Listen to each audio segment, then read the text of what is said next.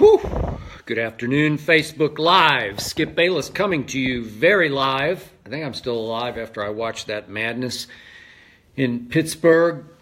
Jacksonville survived the onslaught of Big Ben being allowed by the Jacksonville defense to just basically play backyard football. And there were 4 or 5 times I didn't think Jacksonville was going to hang on.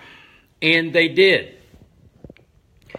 And I'm about to discuss how they pulled it off and what it will mean for them as they go to Foxborough to face the greatest quarterback in the history of football, Tom Brady, next Sunday. Some thoughts on this one. On Undisputed, and you can see us live, and we are on live tomorrow. No holiday for us. We are live tomorrow from 9:30 to noon Eastern Time. As always, me versus Shannon Sharp, with several guest commentators. I'm not sure exactly what the parade of commentators will be tomorrow, but I remember on Friday, Greg Jennings on Undisputed called Blake Bortles trash. I said, "Are you calling him trash?" He said, "Yeah, he's trash."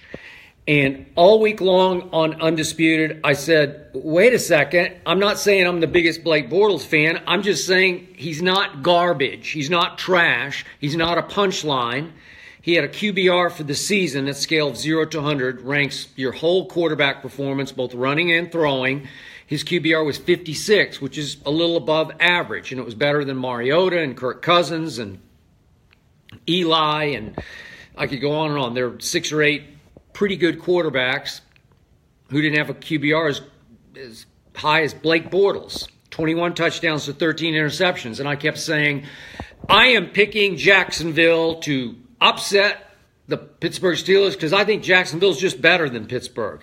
Pittsburgh's been a troubled team all year. They've been looking ahead to their rematch with New England for weeks. Mike Tomlin went on record before the New England game in December at Pittsburgh, saying to Tony Dungy on NBC, it's going to come down to us and the Patriots. It's just a matter of whether it's in our house or their house. Obviously, the Patriots won in their house, so it was going to be in Tom Brady's house next Sunday. And they were looking ahead. Mike Mitchell said, we will win the rematch. And, of course, Le'Veon Bell last week was talking about his contract status and what he wants and how he will not play anymore for the franchise tag. And this team just seemed troubled and distracted all year long. I didn't like how it shaped up, but it has lots of weapons. It's a flying circus of weapons. And it has a quarterback who, if you let him play backyard football, he is really good. He is the best in the business at playing backyard football. And that's what Jacksonville did today. The shock to me was that Jacksonville couldn't get much pressure on Big Ben Roethlisberger. Now, he can shrug off pressure about as well as anybody, but they didn't generate a lot of 4-man rush pressure. And Big Ben Roethlisberger piled up, going on 600 yards of total offense. My goodness, that doesn't bode well when you go up to Tom Brady. I thought Ben just picked him apart. Man, they had almost 600 yards. He had, 460-odd yards passing? That doesn't bode well. So the game came off much differently than I thought. I thought it would be a lower-scoring game in the freezing cold in Pittsburgh. And Jacksonville feasted, obviously, off early play by Blake Bortles. Remember, Blake Bortles today went 8 of 14 on third down. Wow. 8 of 14.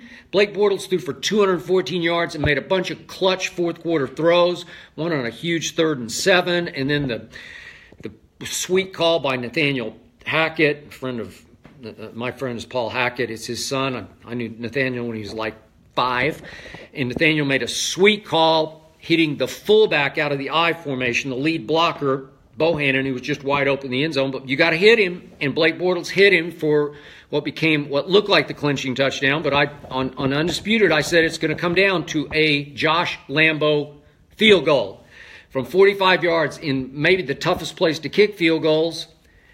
He nailed it right down Broadway, and that was the end of the Pittsburgh Steelers because I knew they were going to come back and score another touchdown. So what was the final score? 45-41. Who could have ever imagined?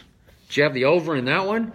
Hope you did, because that would be over fast, right? But again, Ben is turnover prone, and the 2 early touchdowns put them behind the sticks, as they say, where there was the interception and then there was the fumble that got returned for a touchdown. And that was the difference. Once you're playing behind, psychological sticks, once you're behind because you gave up 6 points when you had the ball and you let their defense score 6, that became the difference in this game all day long. Pittsburgh's defense, obviously without Ryan Shazier, has not been very good all year. So it didn't surprise me that Leonard Fournette was able to run pretty wild in the first half. It also didn't surprise me he got nicked again. That's what I said going into the draft. He's just fragile. He's fragile physically and he's fragile psychologically. And I'm sure they were not happy that he appeared. I couldn't even see the ankle turn, but he just was tweaked, and I don't know if I can go. I got to go to the locker room. Baloney, you do. And then he came back and he was just fine. Maybe he had to take an injection. I have no idea. But it didn't look like he was that hurt. You got to suck it up. This is it, man. This is your shot. This is to get to the AFC Championship game in Foxborough. And he came back to his credit. Didn't run quite as well in the second half. Was starting to tiptoe a little bit. Boy, TJ Yeldon came up big too, but the biggest on offense was Blake Bortles. He made a bunch of clutch throws. He's not great, but he's good enough to beat a troubled, reeling Pittsburgh team that basically is just all about Big Ben playing backyard football. They're going to have to just outscore you because they can't stop anybody in defense. They haven't really all year. Tom Brady picked them to pieces in Pittsburgh. So now, I said on Facebook Live last night, I was more afraid of Jacksonville going to Foxborough, again, I'm a Brady fan, than I was of Pittsburgh going to Foxborough, even though you could make a case, well, one of these times Pittsburgh's just going to figure out how to break through, just law of averages. Tom Brady's 11-2 lifetime against Pittsburgh. Well, but I said New England doesn't know Jacksonville, and Jacksonville, I thought, had a hellacious pass rush. They're called Saxonville. I don't know about the hellacious pass rush. I didn't see it today. I didn't see it consistently. I didn't say, oh my God, Tom, you're in for it now. I didn't say that at all. In fact, with Big Ben and company putting up 41 and, going on, almost 600, going on 600 yards of total offense, now I like Brady's chances a whole lot more. Now I think this is a pretty good matchup because you got a young team, maybe a little happy to be there, a team that didn't tackle all that well today, got away with 2 big pass interferences that should have been called, one on a 4th down and one on the deep throw that should have been called late in the game. But I don't know. They just couldn't stop Roethlisberger at all. They couldn't get pressure. They couldn't cover. I don't know. I sort of like it now because now it's Jacksonville just happy to be there. And now there's no incentive of a team disrespecting Blake Bortles or Jacksonville's chances. There's nobody saying, we want so-and-so instead of Jacksonville. Well, that's over. So all the incentive, all the confidence of having gone to Pittsburgh and won 30-9 earlier this year is gone. There's no history here between these teams. It's just a young team, a coming-of-age defense that obviously has not yet come of age, going up to Foxborough. I don't want to say love because I don't want to jinx, but I like Tom Brady's chances. He was masterful last night. And again, Pittsburgh's just going for broke today. They went for it 6 times on 4th down, but they missed on 2 key ones. So again, I'm not shocked at all that Jacksonville beat a flawed, troubled, reeling Pittsburgh team that might just come apart now. I don't know what's going to happen to Le'Veon. I don't know what Ben, if he's going to second guess whether he wants to keep doing this or not. Should I retire? Have I had enough? Have I been beat up too much? I don't know. They just seem like it was just wrong. And finally, Mike Tomlin. I love him as a guy. I love to watch him. I love to listen to him. I've always said, if I could play in the NFL, I'd want to play for Mike Tomlin. But that was a blunder today. And he has a lot of coaching blunders, and he gets away with it because the media loves him. But you can't onside that soon. What was it, 2:18 left? Just way too much time left. They can't stop you. Just go ahead. You're going to stop them before they're going to stop you. Are you that afraid of Blake Bortles? You can't be. He had a hot hand in the fourth quarter, but again, he's not a great player. He was just good enough. But if you put the heat right back on him again and punt him deep, you're going to get the ball back, and they're not going to be able to stop you. So that was a mistake.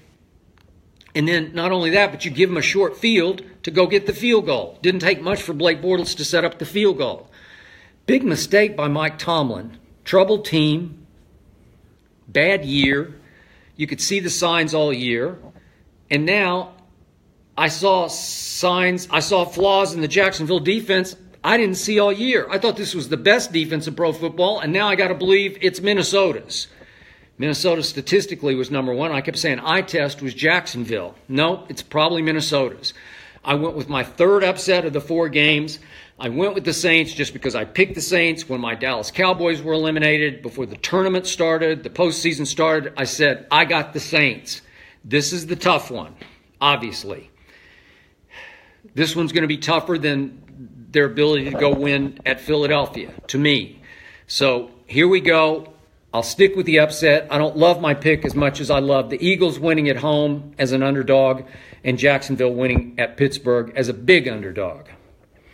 We'll talk after this one. They're about to kick it on Fox in Minneapolis, home of this year's Super Bowl.